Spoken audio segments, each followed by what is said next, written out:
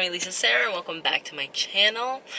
Today I'm going to talk to you about my first year at Seton Hall University and some advice that I realized during my freshman year of college and how that may help you. So yes, it pertains directly to Seton Hall University. However, I do think the advice I'm about to give is kind of general in the sense that I think any incoming freshman should know. And not even just for before college, but also in the sense like, I have notes down, so that's why I'm talking. That's why I'm looking down. But also in the sense just like, you should be practicing this or reminding yourself of these certain things that I'm about to mention during college too. I'm looking for my little thing. Okay. So my first thing is obviously pertains to beforehand, but it's roommate selection.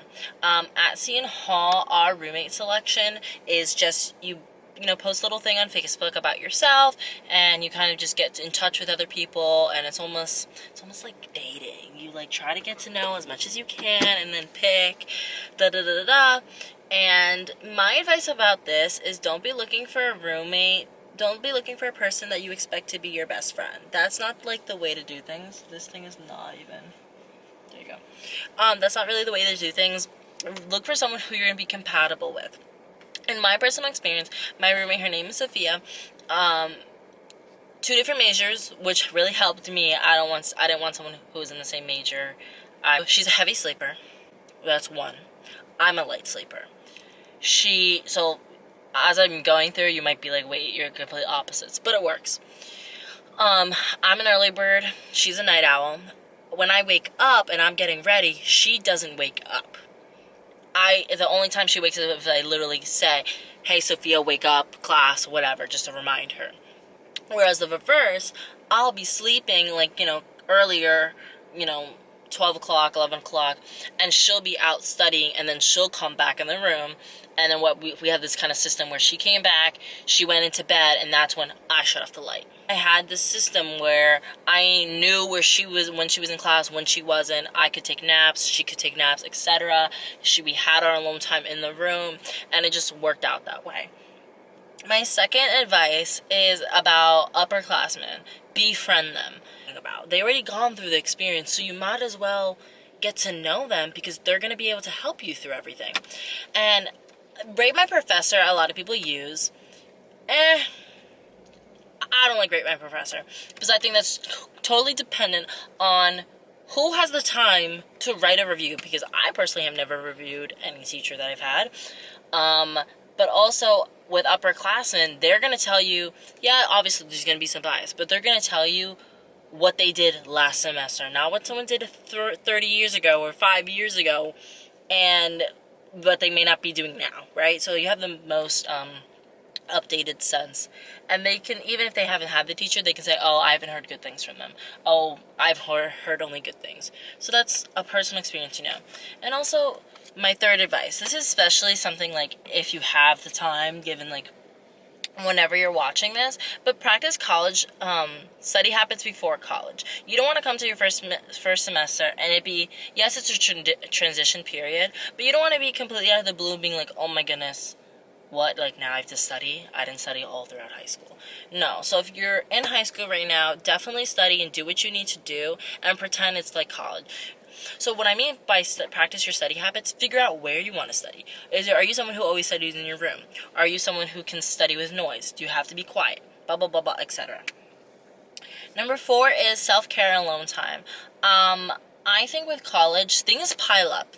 Life is still happening when you're home. At home, life is still happening even though you're at college. So you're going to have, maybe calls about, someone passed away or this, and that.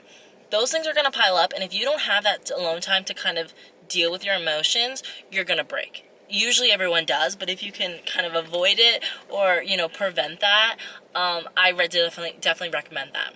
My personal thing, I started journaling towards the beginning of the second semester, and then obviously COVID, so I was home and I was journaling. To the gym a lot. I try to go to the gym almost every day, and I don't like working out with people, or I prefer not to work out with people because that's just kind of my thing, my alone time.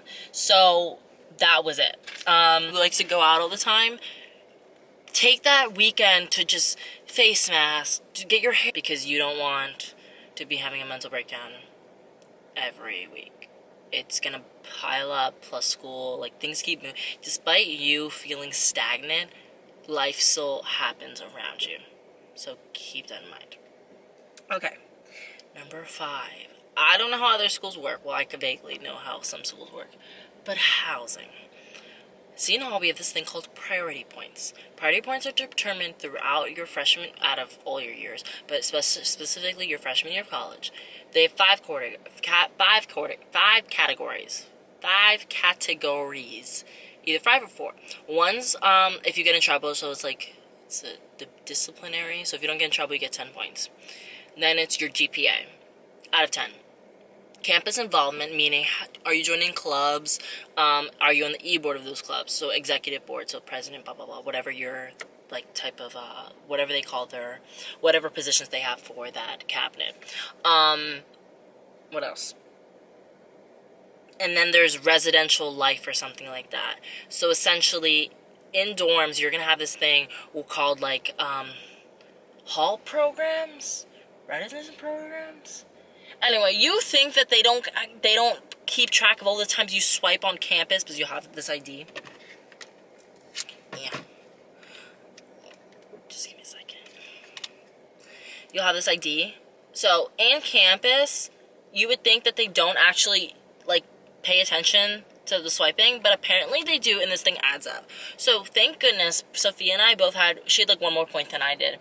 But that calculates when you're doing sophomore housing. Basically they rank it as, did you get your housing deposit in and your application on time? So if that, everyone who put those 2 things in on time are going to be ranked by their priority points. So basically, out of you and your roommate, whoever has the highest point is going to go in and select your room.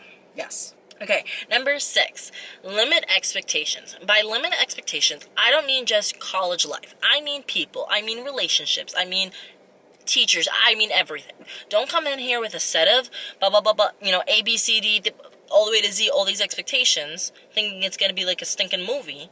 But then you get there, and it's not a movie. And then you're just disappointed. You're setting yourself up for disappointment.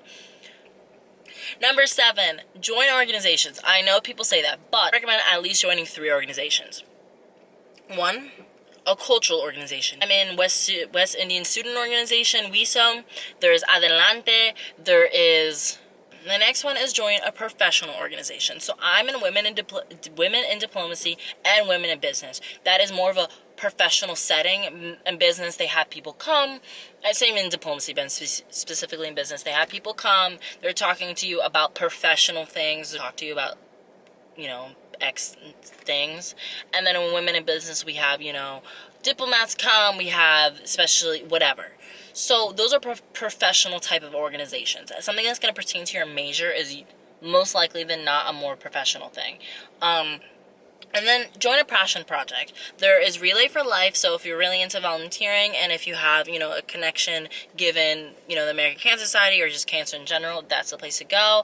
We have, I think they just call it Period at SHU, which is an organization that talks about, mental health, how given, various of women, given their socioeconomic background, don't have the resources, don't have the access to certain products, what they need. So that's a club that talks about, educates, but also fundraises to donate to certain organizations that are going to go directly to the people that need those things. So that's really cool. So join a passion project because that's going to keep you up and moving. There's that. Number 8 is my going back to school. Overstudy. Do not understudy. That first semester, you have to go so hard just so that way you have a good high enough GPA. Not that you can slack off second semester, but you're not panicking, you're not worrying second semester. So keep that in mind when you're going and you're studying. So there are people going to be going out, but if you need to study and if you have a test on Monday, study for the test. Study for the test, because if you don't do well, then you're going to be like, well, then now what do I do? So please prioritize your studies. Overstudy, don't understudy. Number 9, explore your environment. No matter what college you're going to, whatever, explore your environment. Seton Hall is located in South Orange, and I love that stinking town. It is so amazing. The culture, just the people, everything about it is amazing. I did not explore as much as I should have. I am going to explore more. That is what's happening when I go back. Try all the restaurants. And Hall is very close to the city. I didn't go to the city enough. I should have. That's my notebook. I should have. So explore your environment. Even if you feel like you live in the middle of nowhere, still go out, do something, and make it worthwhile. Or, I mean, if you go to school in the middle of nowhere. And number 10, don't force yourself to do anything you don't want to do. That pertains to anything. I'm not saying don't push yourself, and you should, get out of your comfort zone, okay? The more you stay true to yourself, the more people are going to respect you and respect anything that you're saying, your wishes, etc. This video, like if you like more college advice, sit down sort of thing. Thank you guys so much for listening to me rant and talk to you guys. It was so fun talking to you guys. If you guys feel like if I missed out anything, if something that you experienced in your first year of college or college in general that you felt like I missed out or I left, that I didn't mention, please comment below and like this video if you want to see more. If you want to see more of my face. Okay, bye guys.